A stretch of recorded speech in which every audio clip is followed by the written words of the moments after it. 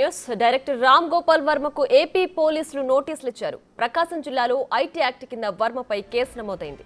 TDP నేత రామలింగం ఫిర్యాదుతో case నమోదు చేశారు మద్దిపాడు పోలీసులు. మార్ఫింగ్ ఫోటోలను ఎక్స్లో పోస్ట్ చేశారని ఆయనపై అభియోగం నమోదైంది. ఈ నెల 19న ఒంగోలు రూరల్ సర్కిల్ ఆఫీస్కు విచారణకు రావాలని పోలీసులు నోటీసుల్లో పేర్కొన్నారు.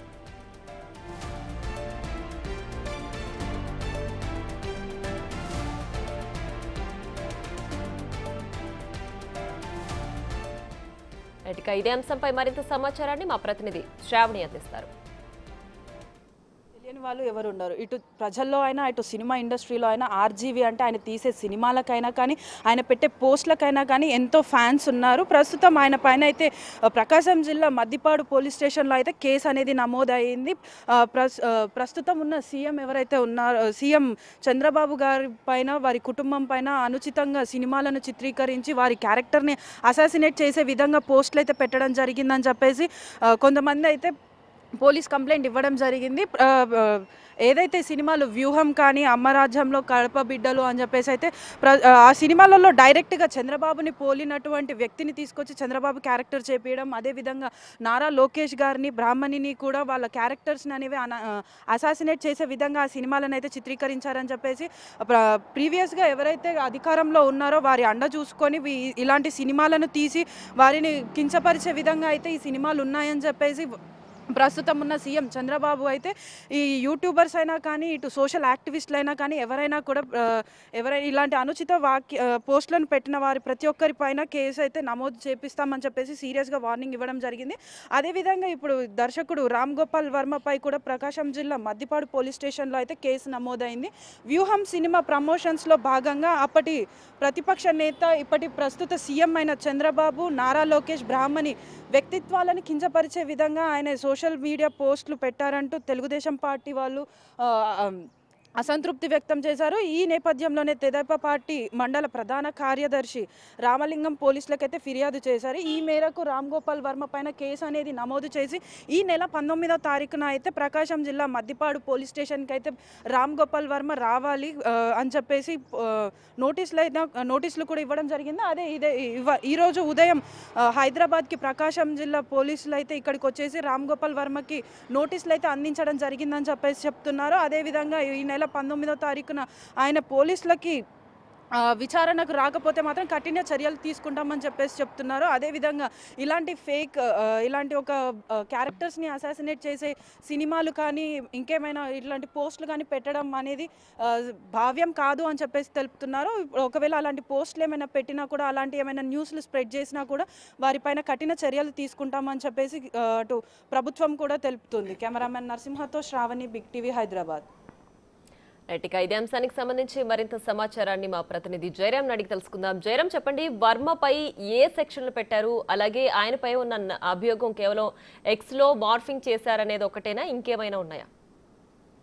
ప్రియా, రెండు రోజుల క్రితము సినీ దర్శకుడు రామ్ గోపాల్ వర్మపై ప్రకాశం జిల్లా మద్దిపాడు పోలీస్ స్టేషన్ లో ఐటీ ఈ సెక్షన్ కింద అయితే ఎఫ్ఐఆర్ నమోదైంది.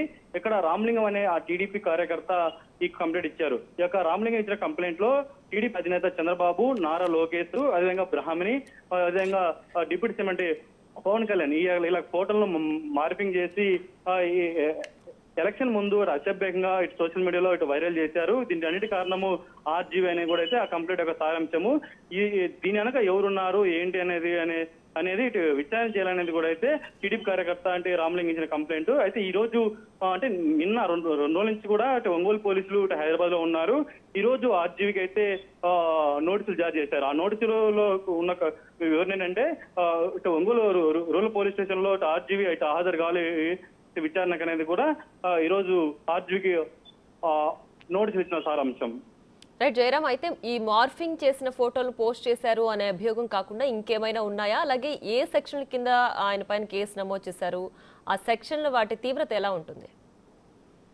అంటే టోటల్ గా మొత్తం కూడా ఐటీ సెక్షన్స్, ఈ ఐటీ సెక్షన్ ఉల్లంఘన అటు వ్యక్తిత్వ హననము ఈ కోణంలోనే మొత్తం కూడా ఈ కేసు ఇటు నమోదు చేసినట్టు కూడా అయితే మనకు సమాచారం అవుతుంది.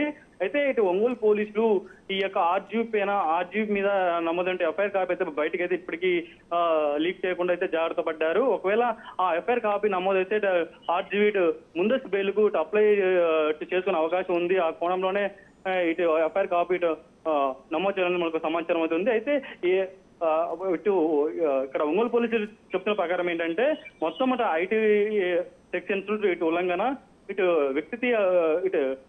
ఒక వ్యక్తి హననం సామాజిక మాధ్యమాల్లో ఎట్లా ఇబ్బంది చేస్తారో ఒక హననం ఎట్లా చేస్తారో ఆ సెక్షన్ మాత్రమే ఇక్కడ ఇంప్లిమెంట్ చేసామని కూడా అయితే ఇక్కడ చెప్తున్న పరిస్థితి కనపడుతుంది.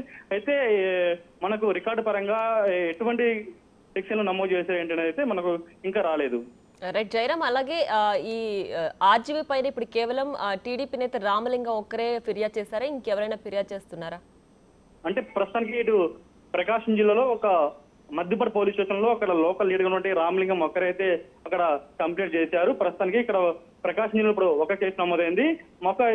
నిన్న మాత్రం ఇటు గుంటూరు జిల్లాలో కూడా ఒక కేసు నమోదైనట్లు కూడా మనకు సమాచారం అవుతుంది. మొత్తానికి ఈ రోజు అయితే ఇటు ఒంగోలు పోలీసులు అయితే ఆర్జీవీకి నోటీసులు ఇచ్చారు. ఇప్పుడు విచారణకు రమ్మని కూడా చెప్పిన పరిస్థితి కనపడుతుంది. రైట్, అయితే ఆర్జీవీ జనరల్ గా కూడా ఎవరికి భయపడినంటూ కూడా ఆయన కొన్ని వ్యాఖ్యలు చేస్తుంటారు. మరి ఇప్పుడు కేసు కూడా ఆయన పైన నమోదైందంటే దీనిపైన ఆయన ఏమైనా స్పందించారా?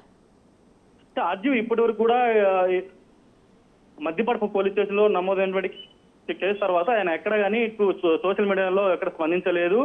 అంతకుముందు అంటే వైసీపీ ప్రభుత్వం ఇప్పుడు అధికారంలో ఉంది. వైసీపీ ప్రభుత్వం అటు అధికారంలో చూసుకొని ఆర్జీవీ ఎప్పుడు టీడీపీ నేతలు అంటే ఇప్పుడు నారా లోకేష్ కానీ చంద్రబాబు వాళ్ళ మీద బాగా రెచ్చిపోయారు.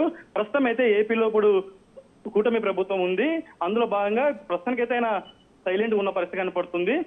అంతకుముందు ఏంటంటే ఏపీలో వైసీపీ ప్రభుత్వానికి జగన్ కు సపోర్ట్ చేస్తూ ఆయన ఉండేవాడు. ప్రస్తుతానికి అయితే అలాంటి పరిస్థితి అయితే కనపడటం లేదు. Priya. Right Jayaram, thanks for the updates.